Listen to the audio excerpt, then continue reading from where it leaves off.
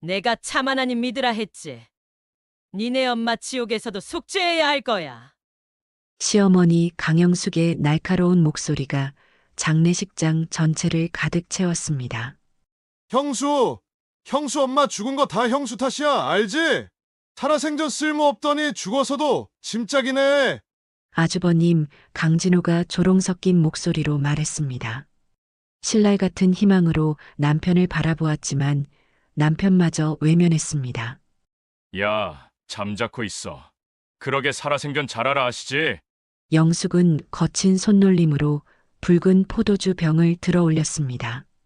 그리고는 망설임 없이 어머니의 관 위에 포도주를 부어버렸습니다. 붉은 액체가 하얀 국화꽃을 적시며 바닥으로 흘러내렸습니다. 달콤한 포도주 냄새가 장례식장에 진동했습니다. 어머니, 수진이 비명을 지르며 달려들었지만 이미 늦었습니다. 이야기 시작 전에 잠깐 구독 누르고 행운 찾아가세요.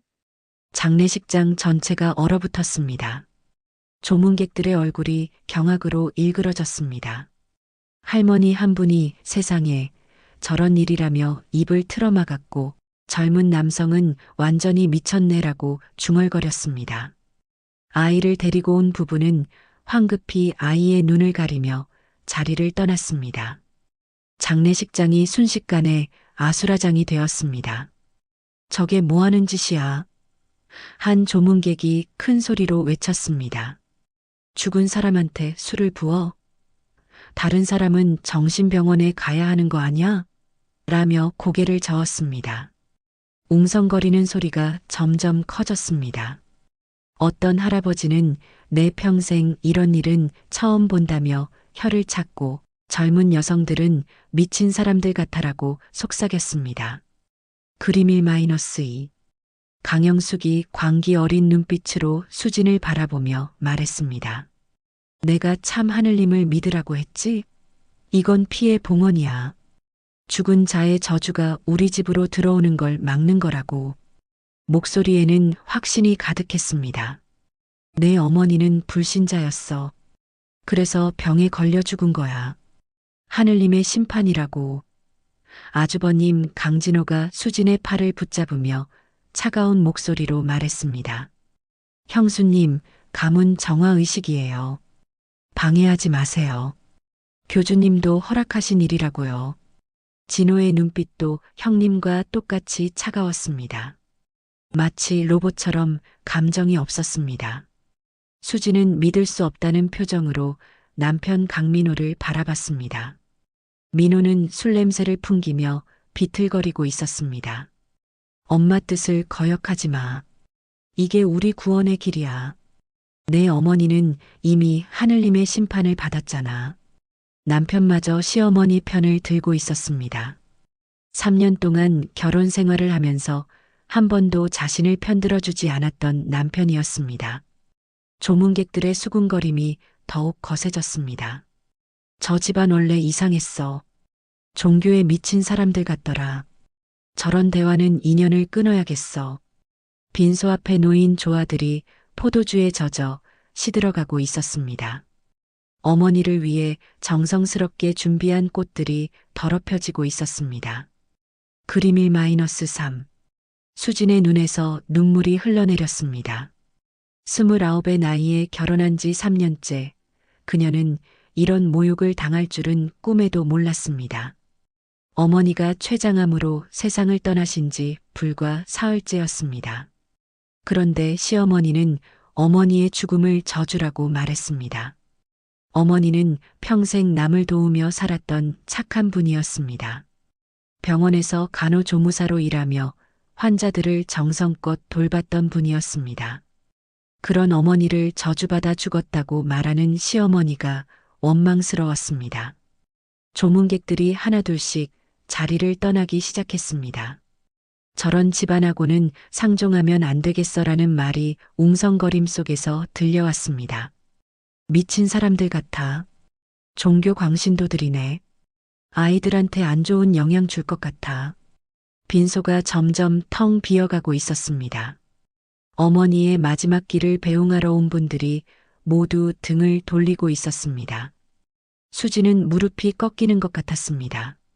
하지만 그 순간 가슴 깊은 곳에서 무언가가 꿈틀거리기 시작했습니다.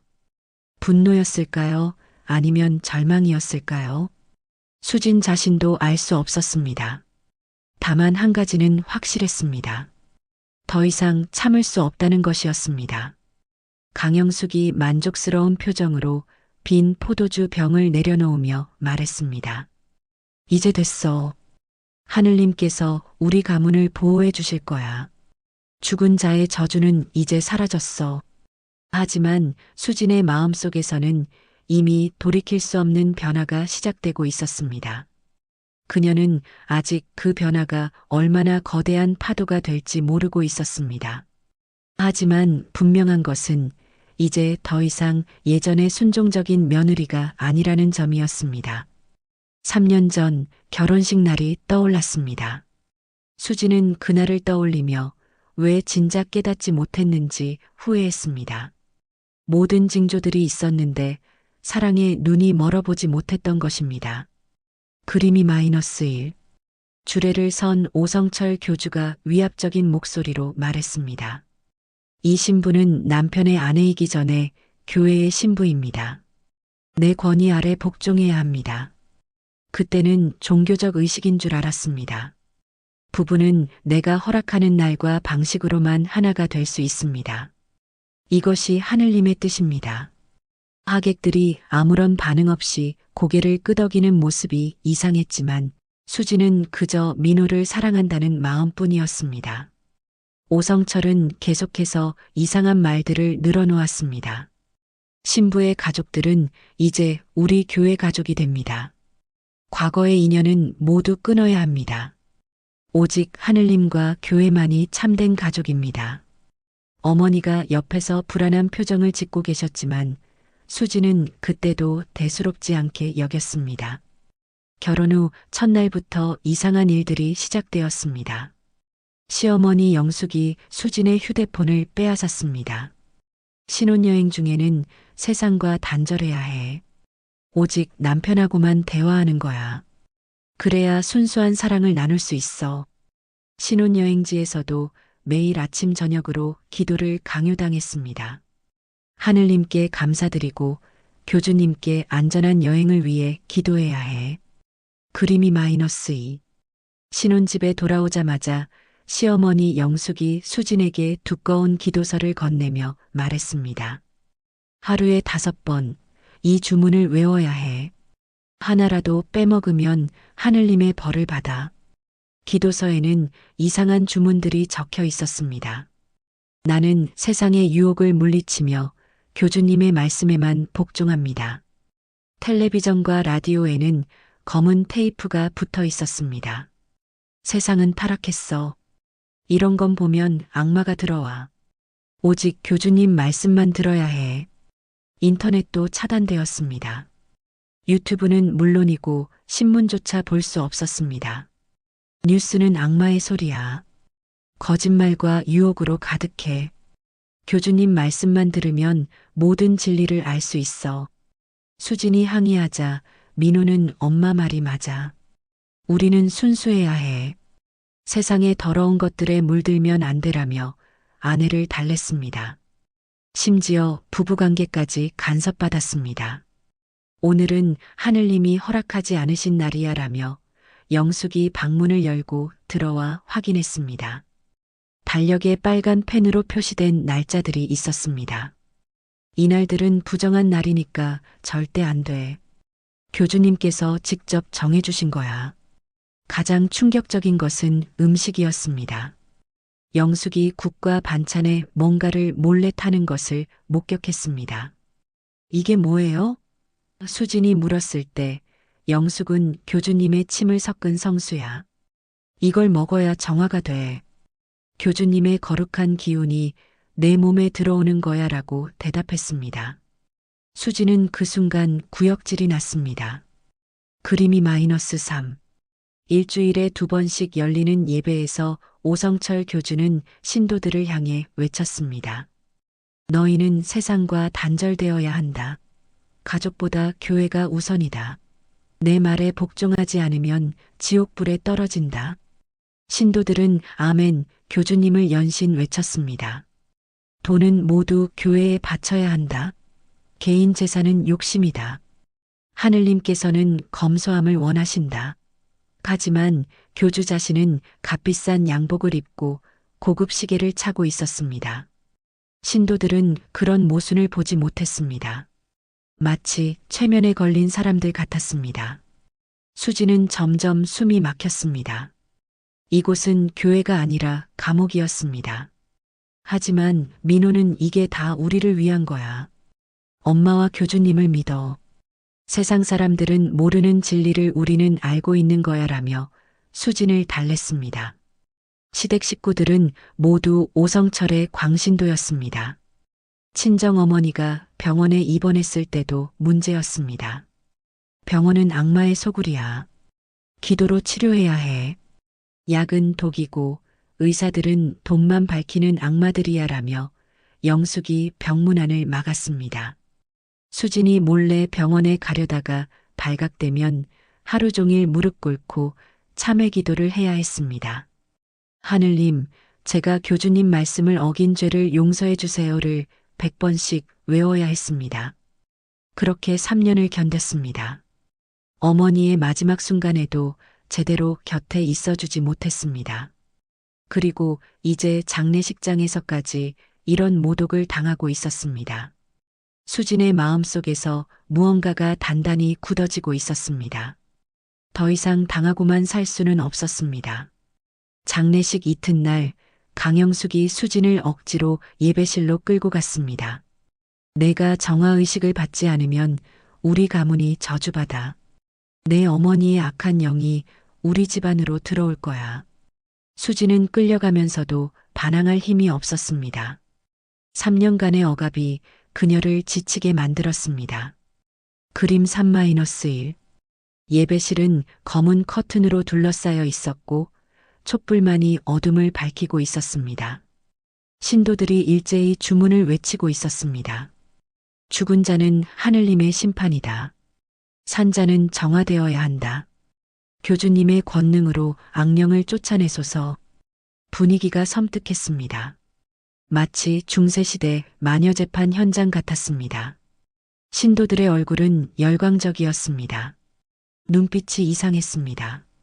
정상적인 사람들이 아니었습니다. 정화하소서, 정화하소서 외치는 소리가 예배실을 가득 채웠습니다. 수지는 소름이 돋았습니다. 어떻게 이런 곳에서 3년을 버텨왔을까 싶었습니다. 오성철 교주가 단상에서 수진을 내려다보며 말했습니다. 죽은 자의 혼은 딸에게 남습니다. 특히 불신자의 혼은 더욱 끈질기게 붙어 있죠. 정화를 거부하면 가문 전체가 썩어 문드러집니다. 신도들이 아멘을 외쳤습니다. 이 여자의 어머니는 불신자였습니다. 그 죄가 딸에게 전가됩니다. 3대까지 이어지는 저주입니다.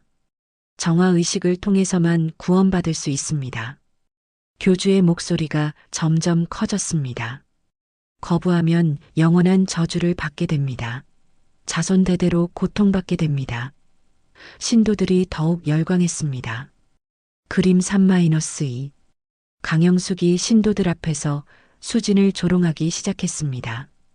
이 여자의 어미는 병든 게 아니야. 하늘님의 벌로 죽은 거라고.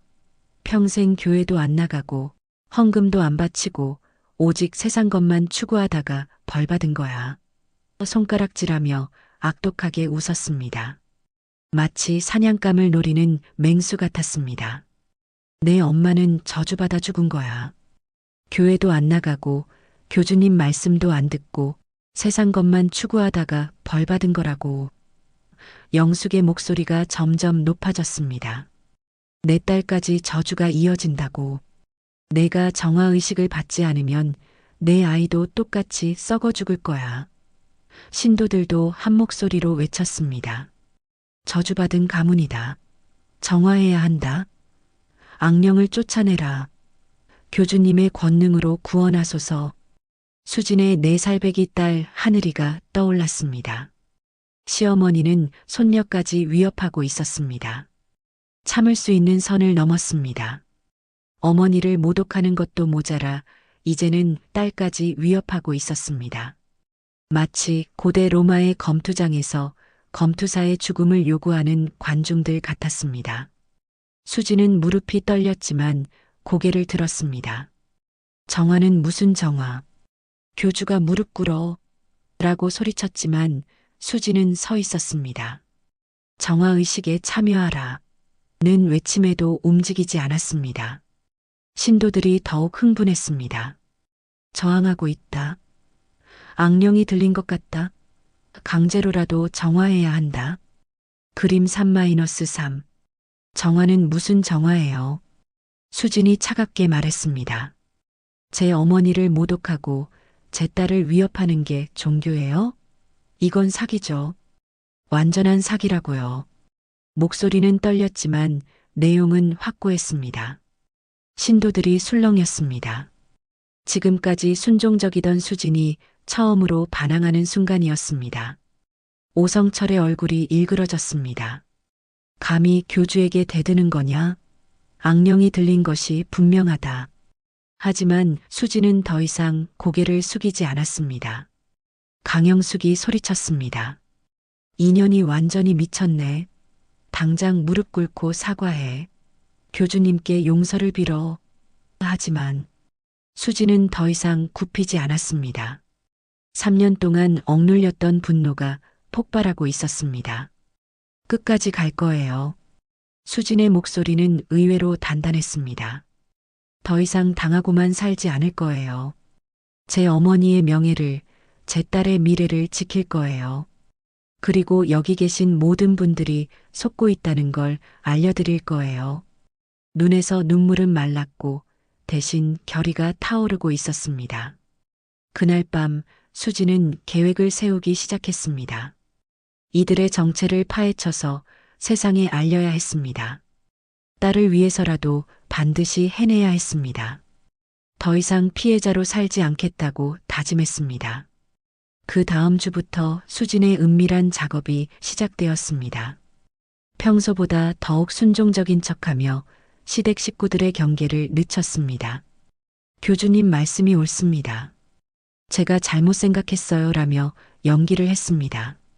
하지만 속으로는 복수를 계획하고 있었습니다. 그림 4-1. 강영숙과 강진호가 교회에 간 사이 수지는 시댁의 서랍과 금고를 뒤지기 시작했습니다. 평소 열쇠를 숨겨둔 곳을 미리 파악해 두었습니다. 서랍 깊숙한 곳에서 이상한 서류들을 발견했습니다. 심장이 쿵쿵 뛰었지만 참았습니다. 대한불교자선연합회라는 이름의 통장이 여러 개 있었습니다. 하지만 실제로는 오성철의 교회와 관련된 허위 단체였습니다. 신도들의 헌금이 이 통장들로 들어오고 있었습니다. 자선연합회라는 이름으로 세금도 내지 않고 있었습니다. 더 뒤져보니 한국기독교사회봉사회, 평화나눔재단, 사랑실천회 등의 이름으로 만든 가짜 단체들이 수십 개나 되었습니다. 모두 오성철과 강영숙 명의로 만들어진 페이퍼 컴퍼니들이었습니다. 각 단체마다 다른 은행에 통장이 개설되어 있었습니다. 그림 4-2. 장부를 펼쳐보니 충격적인 내용들이 적혀 있었습니다. 헌금 3천만 원, 에르메스 가방 500만 원, 특별헌금 5천만 원, 강남 성형외과 2천만 원, 감사헌금 2억 원, 청담동 한정식 1천만 원. 신도들의 돈이 이렇게 낭비되고 있었습니다. 심지어 세무서 직원에게 로비한 문자 메시지까지 남아 있었습니다. 김 과장님, 이번 달도 수고하셨습니다. 소정의 마음 전해드렸으니 확인 바랍니다. 오성철 완전한 탈세와 공무원 매수였습니다. 국세청 조사 피하는 법, 종교법인 허점 이용하기, 헌금 세탁 매뉴얼 같은 불법 지침서도 있었습니다. 수지는 모든 증거를 휴대폰으로 촬영했습니다. 통장 사본도 몰래 만들었습니다. 손이 떨렸지만 꾹 참았습니다. 하지만 더 큰 문제가 있었습니다. 강진호가 교단 명의로 부동산 투기를 하고 있었다는 내용도 발견했습니다. 판교 신도시 땅 투기 헌금 15억 사용, 강남 오피스텔 구매 교주 개인 명의로 변경, 제주도 펜션 투자 신도 헌금 10억 투입. 신도들이 정성스럽게 바친 헌금이 개인 치부에 사용되고 있었습니다. 더욱 충격적인 것은 신도 관리 명단이었습니다. 각 신도들의 재산 상황, 약점, 가족관계까지 상세히 기록되어 있었습니다. 김씨 마이너스 아들 대학 등록금 필요, 압박 포인트, 박씨 남편 외도 발각, 심리적 의존도 높음, 최씨 마이너스 딸 결혼 자금 부족, 헌금 독려 가능 같은 내용들이었습니다. 신도들을 완전히 이용하고 있었던 것입니다. 그림 4-3. 그런데 며칠 후 충격적인 일이 벌어졌습니다.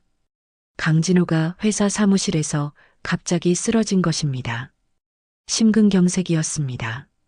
구급차가 왔을 때는 이미 늦었습니다. 40대 중반의 나이에 갑작스러운 죽음이었습니다.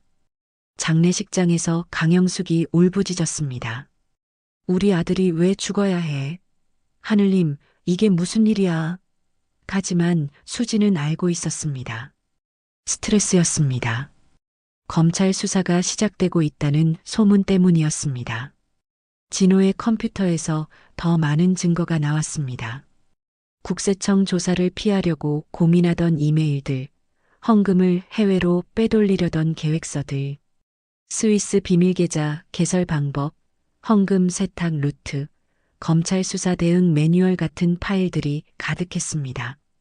수지는 이 모든 것을 USB에 복사해 두었습니다. 이제 확실해졌습니다. 이들은 종교인이 아니라 사기꾼들이었습니다. 오성철을 중심으로 한 거대한 금융 사기 조직이었습니다. 수지는 더 이상 참을 수 없었습니다. 세상에 이들의 정체를 알려야 했습니다. 진호의 죽음이 오히려 기회가 되었습니다. 강진호의 장례식 날, 드디어 수진이 움직였습니다. 이날을 위해 일주일 동안 준비했습니다. 모든 증거를 정리하고 언론사 기자들의 연락처도 확보했습니다. 더 이상 망설일 이유가 없었습니다. 조문객들이 가득 찬 장례식장에서 강영숙이 뻔뻔하게 말했습니다. 우리 가문은 하늘님의 축복을 받았습니다. 진호의 사업 성공도 모두 신앙의 결과였어요. 투자는 모두 번영의 증거입니다. 여전히 거짓말을 늘어놓고 있었습니다. 우리 아들은 교회를 위해 헌신했습니다. 모든 사업도 하늘님의 영광을 위한 것이었어요. 신도들을 위해 더 좋은 교회를 짓기 위해 투자했던 거예요. 영숙의 목소리에는 확신이 가득했습니다. 조문객들 중 일부는 고개를 끄덕이며 동조했습니다. 오성철 교주도 추도사를 했습니다. 고인은 하늘님을 위해 헌신한 분입니다. 그의 사업은 모두 정당했습니다. 교회 발전을 위한 거룩한 투자였습니다. 개인의 이익이 아니라 신도들의 복리를 위한 것이었습니다. 위선적인 말들이 계속되었습니다. 그림 5-1. 바로 그 순간 수진이 일어났습니다. 손에 든 큰 봉투에서 서류들을 꺼내 장례식장 바닥에 흩뿌렸습니다. 수백 장의 통장 사본과 부동산 투기 서류들이 바닥을 덮었습니다. 장례식장이 순식간에 정적에 휩싸였습니다. 정당한 투자라고요? 수진의 목소리가 장례식장을 가득 채웠습니다. 신도들 헌금으로 에르메스 가방 사고, 성형수술하고, 부동산 투기한 게 정당하다고요? 목소리는 떨렸지만 내용은 확고했습니다. 이게 바로 강진호 씨가 헌금으로 한 투기 내역입니다. 수진이 서류를 들어올리며 소리쳤습니다. 판교 신도시 땅 투기에 15억, 강남 오피스텔에 8억, 제주도 펜션에 10억, 모두 여러분이 바친 헌금입니다. 그림 5-2. 조문객들이 바닥의 서류들을 집어들기 시작했습니다. 이게 뭐야? 헌금 3천만 원이 가방값으로 부동산 투기에 15억을 썼다고 세무서 직원 로비까지. 이게 진짜야? 웅성거리는 소리가 점점 커졌습니다. 장례식장이 완전히 술렁거렸습니다. 신도들도 충격을 받았습니다. 지금까지 진실을 몰랐던 사람들이었습니다. 우리가 바친 헌금이 이런 데 쓰였다고? 교주님을 믿었는데 완전히 속았구나. 30년을 헛살았어. 할머니 신도 한 분이 울면서 말했습니다. 내 평생 모은 돈 2천만 원을 바쳤는데 그게 명품 가방값으로 쓰였다고? 다른 신도들도 분노하기 시작했습니다. 우리 아이 학비까지 헌금으로 바쳤는데, 집까지 팔아서 헌금했는데, 오성철이 당황하며 소리쳤습니다. 거짓 서류입니다. 이 여자가 조작한 거예요. 하지만 너무 구체적이고 정확한 증거들이었습니다. 통장 번호까지 정확했습니다. 이건 우리 교회를 해치려는 음모입니다. 악마의 계략이에요. 그림 5-3. 강영숙이 얼굴이 새빨갛게 달아오르며 고함쳤습니다. 이건 다 거짓말이야. 전현이 우리 가문을 해치려고 꾸민 계략이라고. 하지만 이미 늦었습니다. 증거는 너무나 명확했습니다. 내 아들을 모함하는 거야. 진호는 정말 교회를 위해 일했어. 영숙이 울부짖으며 소리쳤습니다. 하늘님이 다 보고 계셔. 거짓을 말하는 자들은 벌 받을 거야. 조문객 중 한 명이 휴대폰으로 신고했습니다. 여보세요, 경찰서죠? 장례식장에서 종교 사기 사건이 폭로됐는데요. 다른 사람은 국세청에도 신고해야겠어라며 전화를 걸었습니다. 언론사에도 제보해야지. 수진이 차분하게 말했습니다. 저는 3년 동안 이 집안의 며느리로 살았습니다. 모든 걸 참았습니다. 하지만 제 어머니를 모독하고 제 딸을 위협하는 건 용서할 수 없어요. 그리고 무고한 신도들을 속이는 것도 용서할 수 없습니다. 신도들이 하나둘씩 등을 돌리기 시작했습니다. 우리도 속았구나. 교주님을 믿었는데 사기꾼이었네. 30년을 헛살았어. 우리 헌금으로 호화 생활했구나. 30년간 쌓아온 교회가 한순간에 무너지고 있었습니다. 30분 후 장례식장 입구로 검은 승용차 여러 대가 들어섰습니다. 수진이 미리 신고해둔 덕분에 수사기관이 빠르게 움직인 것입니다. 장례식장 분위기가 순식간에 긴장으로 바뀌었습니다. 그림 6-1. 검찰 수사관들이 영장을 들고 나타났습니다. 강영숙 씨, 오성철 씨, 종교단체를 이용한 사기 혐의로 체포합니다. 신도들이 길을 막으려 했지만 소용없었습니다. 법의 집행은 거룩한 것이었습니다. 우리는 아무 잘못이 없어요. 오성철이 소리쳤습니다. 종교의 자유를 침해하는 거예요. 이건 종교 탄압이에요. 하지만 수사관은 차갑게 대답했습니다. 종교 자유가 아니라 사기죄입니다. 피해 신고가 수십 건 들어왔습니다. 국세청 직원도 함께 왔습니다. 탈세 혐의도 추가됩니다. 10년간 헌금 수입을 신고하지 않았네요. 가짜 자선단체까지 만들어서 면세 혜택까지 받았고요. 영수증과 통장이 모든 걸 증명하고 있었습니다. 총 탈세액이 30억 원이 넘습니다. 국세청 직원이 서류를 넘기며 말했습니다. 가산세까지 포함하면 60억 원 정도 될 것 같네요. 오성철의 얼굴이 하얗게 변했습니다. 그림 6-2. 강민호가 당황해서 수진에게 달려들었습니다. 수진아, 내가 이랬어? 왜 우리 집안을 무너뜨리려 해? 손을 떨며 아내의 팔을 붙잡았습니다. 엄마 때문에 이렇게 된 거야. 우리도 피해자라고. 지금까지 한 번도 나를 보호해주지 않았으면서. 수진이 차갑게 말했습니다.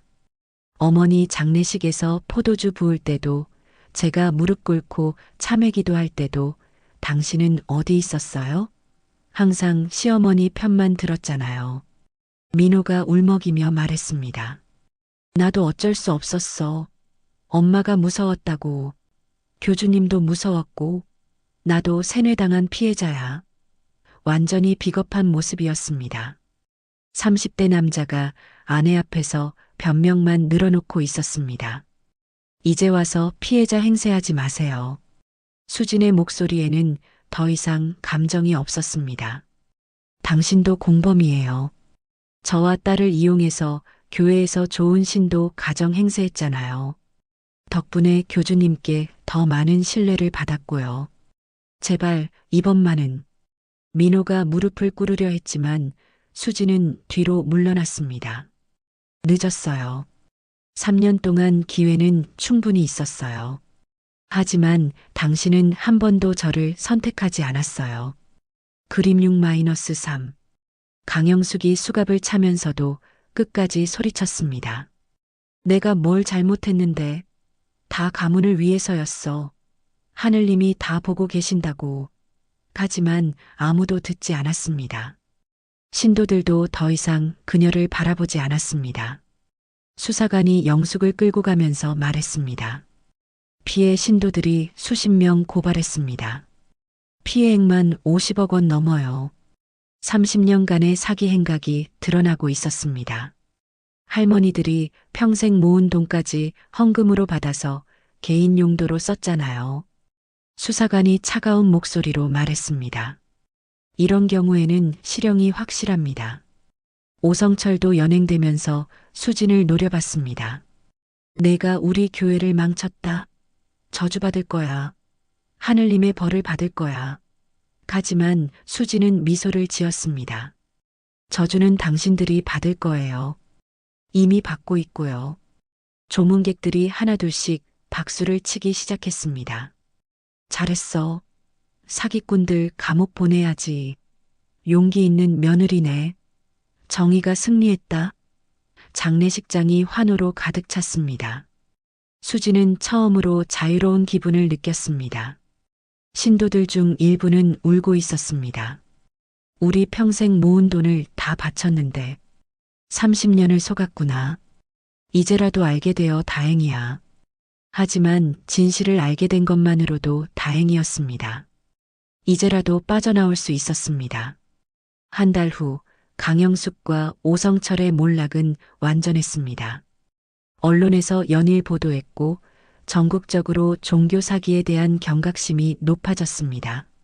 수진의 용기 있는 고발이 사회 변화의 촉매가 되었습니다. 그림 7-1. 서울구치소 여성동에서 강영숙은 더 이상 위세를 부릴 수 없었습니다.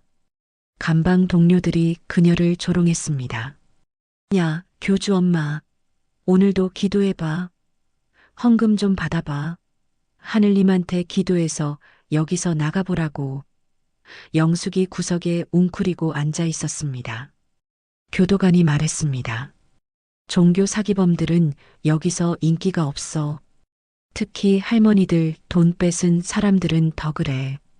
다른 죄수들이 가족들한테 당한 피해 생각해서 더 미워해. 영숙은 더 이상 하늘님을 찾지 않았습니다. 현실이 너무 참혹했기 때문입니다. 다른 수감자가 비웃으며 말했습니다. 교주 어머니께서는 언제 석방되시나요? 하늘님이 구해주시겠죠? 영숙은 대답할 수 없었습니다.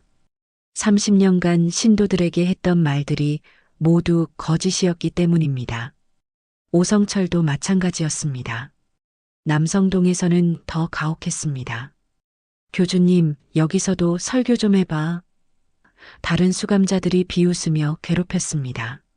30년간 신도들을 지배하던 권위는 완전히 사라졌습니다. 하늘님이 구해주신다며? 왜 아직도 여기 계세요? 조롱하는 소리가 끊이지 않았습니다. 오성철은 더 이상 대답하지 않았습니다. 모든 것이 거짓이었다는 걸 스스로도 알고 있었기 때문입니다. 그림 7-2. 면회실에서 강민호가 수진에게 매달렸습니다. 회사에서 해고당하고 교회에서도 버림받은 그는 완전히 무너져 있었습니다. 수진아, 이건 다 엄마 때문이야. 나도 교리에 속은 피해자라고. 그만하세요. 수진이 차갑게 말했습니다. 3년 동안 저를 지켜주지 못한 남편이 이제 와서 피해자 행세하지 마세요. 유리창 너머로 민호의 초라한 모습이 보였습니다. 나도 무서웠어. 엄마랑 교주님이 무서워서 어쩔 수 없었다고. 민호가 울먹이며 말했습니다. 이번만은 내가 도와줘야 해. 우리 부부잖아. 하늘이도 아빠가 필요하잖아. 여전히 책임을 회피하고 있었습니다. 우리 딸은 어떻게 되는 거야? 아빠 없이 어떻게 키울 거야? 민호가 마지막 카드를 꺼냈습니다. 하지만 수지는 흔들리지 않았습니다. 딸을 걱정한다면 진작에 그랬어야죠. 3년 동안 한 번도 딸을 지켜주지 못했으면서 그림 7-3. 끝까지 남 탓만 하네요. 수진이 일어서면서 말했습니다. 당신이 피해자인 척할 때 저는 진짜 피해자로 살아야 했어요. 딸과 저를 보호하지 못한 아버지이자 남편에게는 더 이상 기대하지 않아요. 여기서 끝입니다. 수진의 목소리는 단호했습니다. 면회실을 나서면서 더 이상 뒤돌아보지 않았습니다. 민호의 울음소리가 뒤에서 들려왔지만 발걸음을 멈추지 않았습니다. 밖으로 나오니 시민들이 수군거리는 소리가 들렸습니다. 저 집안 장례식에서 포도주 부은 데 맞지? 종교 사기꾼 가족이래. 하지만 수지는 더 이상 부끄럽지 않았습니다. 진실을 밝혀낸 것이 자랑스러웠습니다. 수십 명의 피해자들이 구원받았습니다. 할머니들이 평생 모은 돈을 되찾을 수 있게 되었습니다. 그것만으로도 충분했습니다. 법원에서도 좋은 소식이 들려왔습니다. 강영숙과 오성철 모두 실형이 확정되었습니다. 피해 배상 명령도 내려졌습니다. 정의가 승리한 순간이었습니다. 6개월 후 수진의 삶은 완전히 달라졌습니다. 이혼도 성사되었고 딸의 양육권도 온전히 수진이 가지게 되었습니다. 더 이상 과거에 얽매이지 않는 새로운 인생이 시작되었습니다.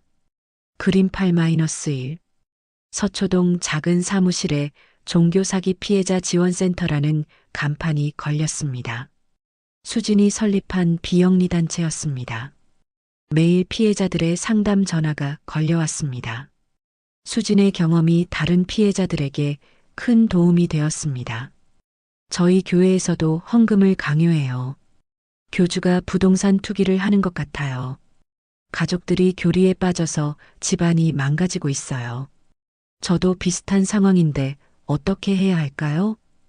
수지는 하나하나 정성껏 상담해 드렸습니다. 언론에서도 주목했습니다. 용기 있는 고발로 종교사기 집단을 무너뜨린 며느리, 30년 종교사기의 실체를 파헤친 여성, 종교사기 척결의 선봉장. 수지는 인터뷰에서 말했습니다. 저 같은 피해자가 더 이상 생기지 않았으면 해요. 종교의 탈을 쓴 사기꾼들을 반드시 뿌리 뽑아야 합니다. 검찰에서 표창도 받았습니다. 시민고발 부문 우수상. 하지만 수진에게는 딸과 함께 웃을 수 있는 것이 더 큰 상이었습니다. 자유롭게 웃을 수 있다는 것이 얼마나 소중한지 깨달았습니다. 후원금도 꾸준히 들어왔습니다. 용기 있는 고발에 감사드립니다. 저도 비슷한 경험이 있어서 도움이 되고 싶어요. 정의로운 일에 작은 보탬이 되겠습니다. 같은 메시지와 함께 성금이 전해졌습니다. 선한 사람들이 더 많다는 걸 느꼈습니다. 그림 8-2 저녁 시간 작은 아파트 부엌에서 수진과 딸 하늘이가 함께 밥을 차리고 있었습니다. 엄마, 이제 우리 집은 무섭지 않아. 따뜻해. 하늘이의 순수한 목소리에 수진의 눈시울이 붉어졌습니다. 그래, 엄마는 이제 너와 나만 지켜. 그게 세상에서 제일 큰 힘이야. 수진이 딸의 머리를 쓰다듬었습니다. 더 이상 시어머니의 눈치를 보며 살지 않아도 되었습니다. 자유롭게 딸을 키울 수 있었습니다. 하늘이가 웃으며 말했습니다. 엄마, 할머니는 언제 와? 시어머니가 아니라 친정어머니를 말하는 것이었습니다. 할머니는 하늘에 계셔. 우리를 지켜보고 계실 거야. 수진의 목소리가 따뜻했습니다. 할머니도 엄마가 나쁜 사람들 혼내준 거 보고 좋아하셨을 거야. 하늘이의 말에 수진이 눈물을 글썽였습니다. 그럴까? 엄마가 용기를 내서 할머니 명예도 지키고 하늘이도 지켰으니까. 둘이 함께 만든 저녁 식사는 간단했지만 행복했습니다. 김치찌개와 계란말이, 그리고 하늘이가 좋아하는 단무지. 시어머니의 감시 없이 자유롭게 먹는 식사가 이렇게 맛있을 줄 몰랐습니다. 그림 8-3. 밤, 모녀가 손을 잡고 동네 한강공원을 걸었습니다. 바람이 얼굴을 스치며 지나갔습니다. 자유로운 바람이었습니다. 뒤로는 도시의 네온 사인들이 반짝이고 있었습니다. 세상은 아름다웠습니다. 엄마, 나도 커서 엄마처럼 약한 사람 돕고 싶어? 하늘이의 말에 수진이 눈물을 글썽였습니다. 하늘아, 그 말이 엄마를 살게 해줘. 우리 딸이 이렇게 착하게 자라줘서 고마워.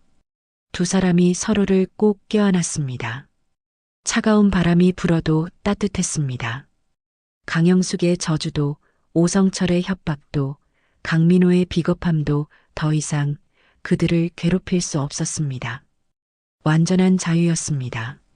수진이 하늘을 바라보며 생각했습니다. 진짜 승리는 상대를 무너뜨리는 것이 아니라 사랑하는 사람과 자유롭게 웃는 것이라고. 그리고 약한 사람들을 도우며 세상을 조금이라도 더 따뜻하게 만드는 것이라고. 한강을 바라보며 수진이 속삭였습니다. 어머니, 저 이제 자유예요. 딸과 함께 행복하게 살 거예요. 그리고 어머니처럼 선한 사람으로 살겠어요. 더 많은 사람들을 도우며 살겠어요. 바람이 그녀의 말을 하늘로 날려보내는 것 같았습니다. 그렇게 수진과 하늘이의 새로운 인생이 시작되었습니다. 더 이상 누구의 통제도 받지 않는 진정으로 자유로운 삶이었습니다. 사랑과 정의가 승리한 아름다운 결말이었습니다. 악은 반드시 심판받고 선은 반드시 보상받는다는 진리를 보여주는 감동적인 이야기였습니다. 5년이 흘렀습니다. 수진의 종교 사기 피해자 지원센터는 이제 전국적으로 유명해졌습니다. 서초동 작은 사무실에서 시작했던 센터가 이제는 강남에 5층 건물을 둔 큰 조직이 되었습니다. 2일-1. 9살이 된 하늘이가 엄마 수진의 사무실에서 숙제를 하고 있었습니다. 엄마, 나도 커서 엄마처럼 나쁜 사람들 잡을 거야. 하늘이의 눈빛에는 엄마와 똑같은 정의감이 빛나고 있었습니다. 수진이 미소를 지으며 딸의 머리를 쓰다듬었습니다. 하늘아, 엄마가 하는 일이 뭔지 알아? 응. 거짓말하는 나쁜 목사들 혼내주는 거지. 그날도 상담 전화가 끊이지 않았습니다. 저희 아버지가 교회에 집까지 바치려고 해요. 목사님이 딸과 결혼하자고 하는데 거부하면 저주받는다고 해요. 수지는 하나하나 정성껏 상담했습니다. 괜찮습니다. 저도 비슷한 경험이 있어서 잘 압니다. 우선 증거부터 모아보세요. 벽면에는 종교 사기 피해자 구제 우수상, 시민 고발 유공자 표창 등의 상장들이 걸려 있었습니다. 점심시간이 되자 하늘이가 수진에게 다가왔습니다. 엄마, 배고파? 그럼 우리 맛있는 거 먹으러 갈까? 모녀는 손을 잡고 근처 식당으로 향했습니다. 5년 전과는 완전히 다른 자유롭고 행복한 일상이었습니다. 2일-2. 그런데 그날 오후 예상치 못한 방문자가 찾아왔습니다. 강민호였습니다. 5년 만에 만나는 전 남편의 모습은 많이 초라해져 있었습니다. 머리는 반백이 되었고 옷차림도 남루했습니다. 수진아, 민호가 떨리는 목소리로 말했습니다. 하늘이 보고 싶어서 왔어. 하늘이는 아빠를 보더니 수진 뒤로 숨었습니다. 5년 동안 연락도 없던 아빠가 낯설었습니다. 무슨 일이에요? 수진이 차갑게 물었습니다. 갑자기 왜 여기에? 5년 동안 연락 한 번 없다가 민호가 무릎을 꿇으며 말했습니다. 제발 한 번만 도와줘. 엄마가 출소했는데 갈 곳이 없어. 나도 일자리를 잃어서. 목소리가 점점 작아졌습니다. 반성은 5년 전에 했어야죠. 그때는 저를 한 번도 도와주지 않으면서 지금 와서 도움을 청하시네요. 수진의 목소리는 차가웠지만 흔들리지 않았습니다. 하늘이라도 생각해서. 민호가 애원했지만 수진의 대답은 단호했습니다. 하늘이를 생각해서 더욱 안 됩니다. 아이에게 안 좋은 영향을 주고 싶지 않아요. 21-3. 강영숙이 5년 만에 출소했다는 소식이었습니다. 교도소에서 나온 그녀는 이제 70이 넘은 할머니가 되어 있었습니다. 하지만 여전히 반성하지 않고 있었습니다. 내가 뭘 잘못했다고 감옥에 가야 했어. 영숙이 여전히 우기고 있었습니다. 다 그년 때문이야. 수진이 때문에 우리 가문이 망했어. 민호가 어머니를 달래려 했지만 소용없었습니다. 엄마, 이제 그만하세요. 우리가 잘못한 거예요. 뭐가 잘못이야? 우리는 신앙생활을 한 것뿐이야. 교주님 말씀에 따른 것뿐이라고. 영숙은 여전히 오성철을 교주님이라고 부르고 있었습니다. 2-2. 강민호는 어머니와 다른 길을 선택했습니다. 5년 동안 혼자 지내면서 많은 생각을 했습니다. 내가 정말 바보였구나. 이제야 깨달았습니다. 민호는 작은 편의점을 운영하며 소박하게 살고 있었습니다. 교회도 나가지 않았습니다. 종교는 이제 됐어. 그냥 착하게 살면 되는 거 아냐?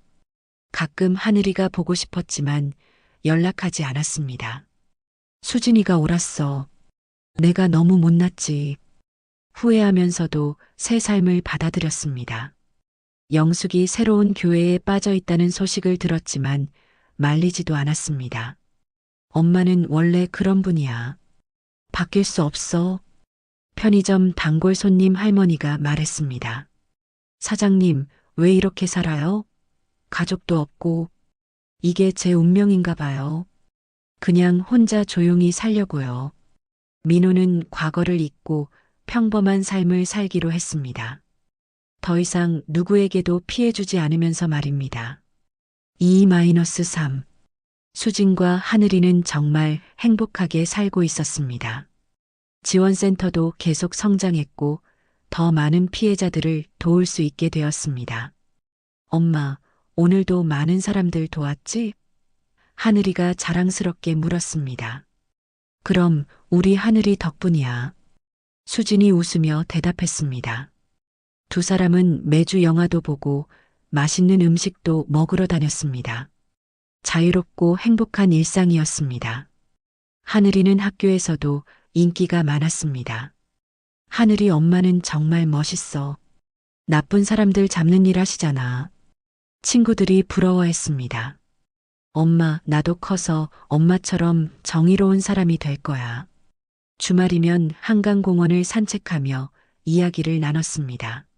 하늘아, 행복해? 응. 엄마랑 있으면 세상에서 제일 행복해. 두 사람은 서로를 꼭 안고 웃었습니다. 5년 전에 고통스러웠던 시간들이 이제는 먼 예질 같았습니다. 2-4. 1년이 더 지났습니다. 영숙은 여전히 천국의 문 교회에서 헌금을 바치며 살고 있었습니다. 이번엔 정말 천국 갈 수 있을 거야. 평생 바뀌지 않을 사람이었습니다. 민호는 편의점을 확장해서 작은 마트를 운영하게 되었습니다. 소박하지만 정직하게 살자. 나름대로 평범한 행복을 찾았습니다. 수진과 하늘이는 새 아파트로 이사했습니다. 더 넓고 밝은 집이었습니다. 엄마, 여기서 우리 오래오래 살자. 그럼 하늘아. 저녁마다 모녀가 함께 산책하는 모습은 정말 행복해 보였습니다. 엄마, 고마워. 뭐가? 나를 지켜줘서. 엄마도 고마워, 하늘아. 내가 있어서 엄마가 강해질 수 있었어. 두 사람은 서로 꼭 안고 웃었습니다. 진짜 승리는 이런 것이었습니다. 사랑하는 사람과 함께 자유롭게 웃으며 사는 것. 그것이 가장 큰 행복이었습니다. 영숙은 여전히 사이비에 빠져 살고 민호는 소박한 삶을 선택했으며 수진과 하늘이는 진정한 행복을 찾았습니다. 여러분, 이 이야기를 어디에서 듣고 계시나요? 댓글로 알려주시면 한 분 한 분 감사한 마음으로 인사드리겠습니다. 지금까지 사연 빛나는 밤이었습니다. 감사합니다.